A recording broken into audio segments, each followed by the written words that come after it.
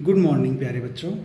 मेरा नाम है विकास चहर और आज मैं आपको न्यू एजुकेशन पॉलिसी यानी नेशनल एजुकेशन पॉलिसी के बारे में कुछ चीज़ें क्लियर करना चाहता हूँ।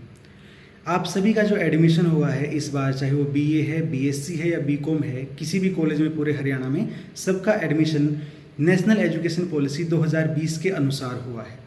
और इस पॉलिसी की सबसे खास बात ये है कि ये इंक्लूसिव पॉलिसी है। जितनी भी स्ट्रीम्स हैं सबको कंबाइन करके पॉलिसी तैयार की गई है। सीधे मुद्दे की बात पे आऊँ तो आपको, चाहे वो आप बीएससी, बीए या बीकॉम, आप सभी को 8 पेपर पढ़ के अपने क्रेडिट पूरे करने हैं।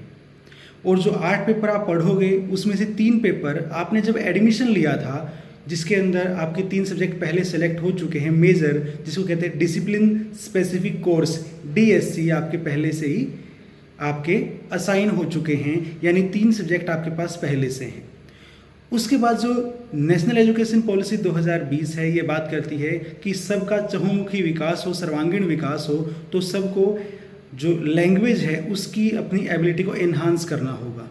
चाहे आप हिंदी में करो, इंग्लिश में करो, फॉरेन लैंग्वेज में करो, संस्कृत में करो, आपको जो भी लैंग्वेज अवेलेबल होंगी, तो एईसी कोर्स सभी बच्चों के लिए एप्लीकेबल होगा। कॉमर्स, साइंस और आर्ट्स सभी को एईसी में लैंग्वेज पढ़नी है, चाहे वो हिंदी है, इंग्लिश या फिर अदर लैंग्वेज है। इसके बाद रह गए आपके 8 में से 4 सब्जेक्ट। जिन 4 सब्जेक्ट में से एक सब्जेक्ट है माइनर, MIC। MIC जो सब्जेक्ट है वो एक ऐसा सब्जेक्ट होगा जो आपकी ही स्ट्रीम का होगा।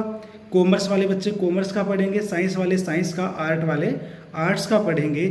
MIC यानी कि जो माइनर है वो पेपर क्या होगा, जो आपके बेसिक यानी डिसिप्लिन स्पेसिफिक कोर्स से मिलता जुलता होगा। इसके बाद 3 पेपर और रह गए आपके, जिसमें है skill enhancement course, value added course और मल्टी डिसिप्लिनरी कोर्स। जो स्किल एनहांसमेंट कोर्स है वो आपकी स्किल को इम्प्रूव करेगा। लाइक आप जिस भी स्ट्रीम को पढ़ रहे हो उसमें किसी एक पर्टिकुलर सब्जेक्ट में कोई स्किल है, उसको सीखना है, कंप्यूटर है उसको सीखना है। इस तरह की चीज़ें स्किल में आती हैं जो आपको थोड़ा बहुत आता है, लेकिन उसमें आपको किस तरीके से अपना काम लेना है उसको सीखना, that is the skill enhancement. वो स्किल किस में होगी, कंप्यूटर में या फिर आपके किसी और सब्जेक्ट में जो आपको मिला होगा। उसके बाद है वैल्यू एडेड कोर्स, यानी ऐसा कोर्स जो आपके बेसिक स्ट्रीम का हिस्सा नहीं है, लेकिन अगर आप उसको लेते हो तो कुछ ना कुछ वैल्यूज आपकी लाइफ में ऐड होंगी। उसमें ईवीएस भी आता है, वीएसी के अंदर इन्वायरमेंटल साइंस से लेके बाकी सारी स्ट्रीम्स भी आएंगी। ऐसा नहीं कि सिर्फ एक ही सब्जेक्ट है, आपको 7-8 ऑप्शन मिलेंगे। आप अपनी मर्जी से किसी भी स्ट्रीम का बच्चा कोई भी वैल्यू एडेड कोर्स चुन सकता है। इसके बाद रह गया MDC, जिसके लिए बच्चों में बहुत ज़्यादा कन्फ्यूज़न है। कन्फ्यूज़न क्यों है, क्योंकि MDC यानी मल्टी डिसिप्लिनरी कोर्स जो NEP के अंतर्गत आपको मिलता है, वो ऐसा कोर्स होगा जो आपने आज से पहले कभी नहीं पढ़ा, ना ही आप अपनी BA, BSc या BCom में उसको पढ़ रहे हो। यानी MDC कोर्स आपको ऐसा लेना है जो आपने आज तक नहीं पढ़ा है और ना ही अब पढ़ रहे हो, यानी अपने फील्ड से हट के नॉलेज लेनी है। अगर किसी बच्चे के पास 12th में वो सब्जेक्ट था और वो सोच रहा है कि MDC में वो लूँ, ऐसा नहीं करना है, क्योंकि MDC का मेन पर्सपेक्टिव है क्या कि भाई आपको जो चीज़ें आपने सीख ली इसके इतर और जानकारियाँ भी चाहिए अपनी ज़िंदगी को आसान बनाने के लिए, अपने किसी भी काम को करने के लिए। यानी डिसिप्लिन से हट के जो आप पहले सीख रहे हो उससे हट के अलग कोर्स लेना है। तो आर्ट्स वाले बच्चे साइंस और कॉमर्स का कोर्स ले सकते हैं यहाँ पे, कॉमर्स वाले बच्चे साइंस और आर्ट्स का कोर्स ले सकते हैं, और साइंस वाले बच्चे आर्ट और कॉमर्स का लेंगे। यानी अपनी स्ट्रीम को चेंज कर देना है, आर्ट वाले साइंस या कॉमर्स में जाएं, कॉमर्स वाले आर्ट या साइंस में आएँ, इस तरीके से आपको चूज करना है। अब इसके अंदर जो है एक बहुत ही प्यारा सब्जेक्ट है केमिस्ट्री। बच्चे कई बार नाम से घबरा जाते हैं, आर्ट वाला बच्चा हूँ, मैंने तो पहले कभी साइंस नहीं पढ़ी है, 10th तक पढ़ी थी, क्या पता समझ ना आए, क्या पता मैं पास ना हूँ, इस तरह के डाउट मन में रहते हैं। तो MDC कोर्स जो डिज़ाइन किए गए हैं वो इस बात को ध्यान में रख के डिज़ाइन किए गए हैं कि आप एक दूसरी स्ट्रीम के स्टूडेंट हो, आपको अगर ये सब्जेक्ट पढ़ना है तो आपको बेसिक ही आना चाहिए। बेसिक कौन सा, आपने जो 8th, 9th, 10th तक पढ़ा है और वो सबने ही पढ़ा है, आप सभी उसको पास करके आगे आए हो। और ऐसा भी नहीं है कि ये इतनी ज़्यादा एडवांस नॉलेज आपको दे जो आपके समझ से बाहर हो। काफ़ी ईजी पेपर पैटर्न इसका रखा गया है और ऑयल्स एंड डाइज, यानी कि मैं कहूँ रंगीली जो चीज़ें हैं, रंग, और उसके साथ साथ ऑयल जो आप घर पे यूज़ करते हैं, चाहे आप मतलब बालों में लगाने के लिए यूज़ करते हैं, खाने के लिए यूज़ करते हैं, या फिर किसी मशीन के अंदर डालने के लिए यूज़ करते हैं, उनकी बेसिक चीज़ें, यानी इतनी बेसिक चीज़ें जो आपकी लाइफ में काम आती हैं, उन चीज़ों को ही जानना, क्योंकि अगर आप उनको जानोगे तो आप लाइफ में उन चीज़ों को इम्प्लीमेंट कर पाओगे। सिर्फ केमिस्ट्री शब्द लिखने से ये नहीं हो जाता कि आपको एक एडवांस लेवल की आपको देंगे, आपको वो चीज़ सिखाएंगे जो आपके लिए सीखना फ़ायदेमंद होगा, रियल लाइफ में काम आएंगी। और कहाँ काम आएंगी?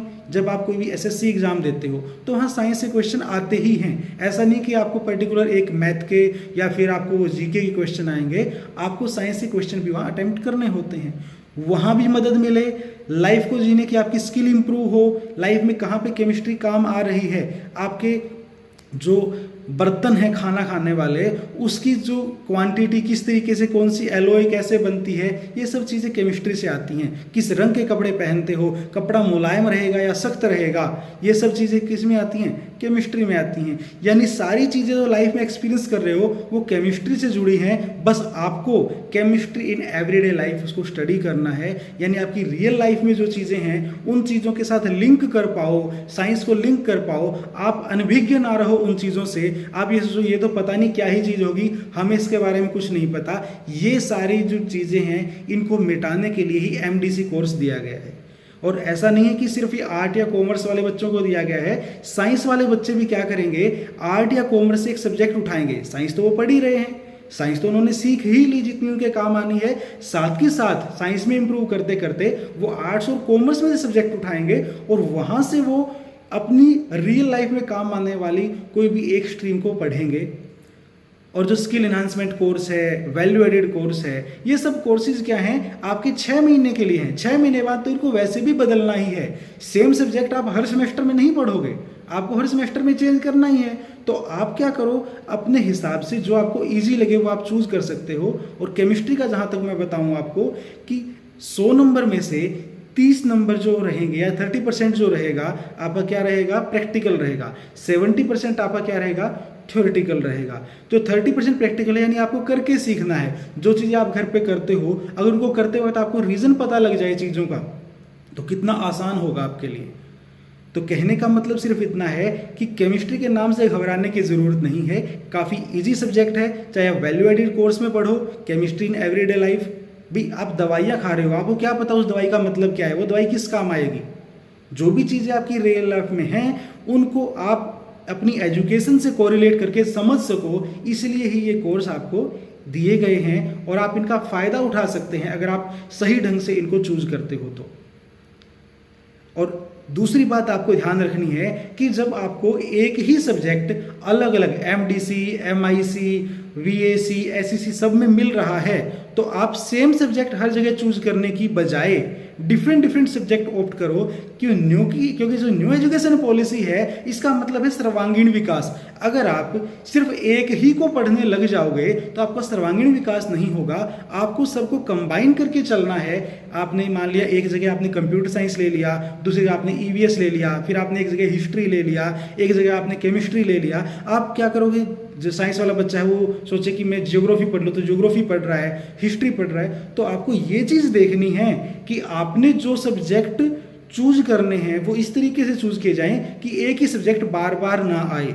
एक ही सब्जेक्ट बार बार आ रहा है तो हर एक जगह वैल्यू एडेड कोर्स हो या वो मल्टी डिसिप्लिनरी, दोनों में बेसिक ही आना है। तो आप उसके लिए फिर क्या करोगे, एक ही बेसिक चीज़ को 2 बार सीखोगे। इससे अच्छा है आप अलग अलग चीज़ों को सीखो, अलग अलग चीज़ों को जानो। और मैं दावा करता हूँ केमिस्ट्री में घबराने की ज़रूरत तो बिल्कुल नहीं है। जो हिंदी बैकग्राउंड के बच्चे हैं वो भी आसानी से सीख सकते हैं, इसमें कोई दो राय नहीं है। निर्भीक होके अपना डिसीजन लेना, जो भी सब्जेक्ट आपको अच्छा लगे आप वो सब्जेक्ट ले सकते हैं और अपनी जो डिग्री है वो अच्छे से कंप्लीट कर सकते हैं, अपने ऑलराउंड डेवलपमेंट को कर सकते हैं। अगर फिर भी आपको कोई डाउट रहता है तो आप मेरे से एनईपी के रिगार्डिंग कोई सब्जेक्ट कॉम्बिनेशन में दिक्कत है, क्रेडिट्स की दिक्कत है, तो आप मेरे से कॉन्टैक्ट कर सकते हो। मैं कॉलेज में ही अवेलेबल रहता हूँ। धन्यवाद।